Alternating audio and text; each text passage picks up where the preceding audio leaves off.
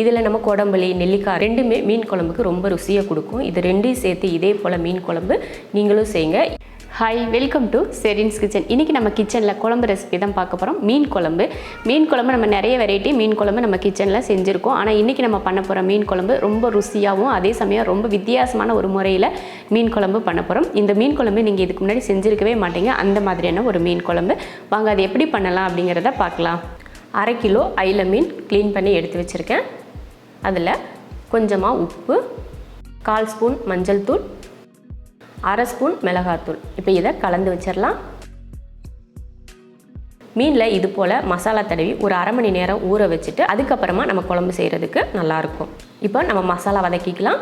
ஒரு பேனில் 2 ஸ்பூன் அளவுக்கு எண்ணெய், அதில் ஒரு 5 போல் பூண்டுப்பல், ஒரு 10லேருந்து 15 போல் சின்ன வெங்காயம், இதை வதக்கிடலாம்.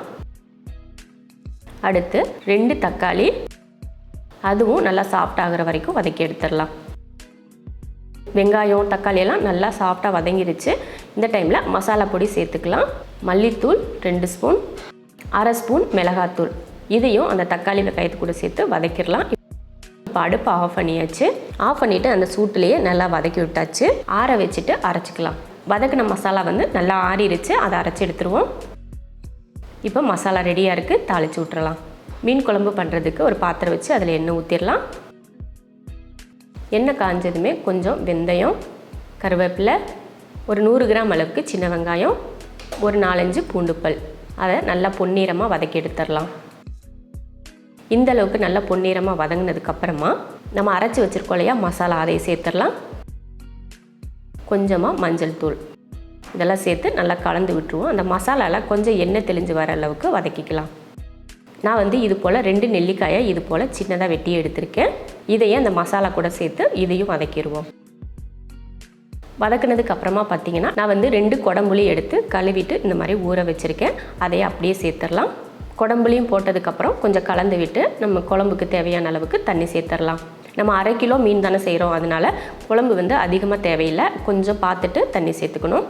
இந்த அளவுக்கு போதும். இப்போ தேவையான அளவுக்கு உப்பு சேர்த்துட்டு கலந்து விட்டாச்சு. இந்த குழம்பு நல்லா கொதித்து ஒரு 5 நிமிஷத்துக்கு வேகட்டும். அதுக்கப்புறம் எடுத்து பார்த்துக்கலாம்.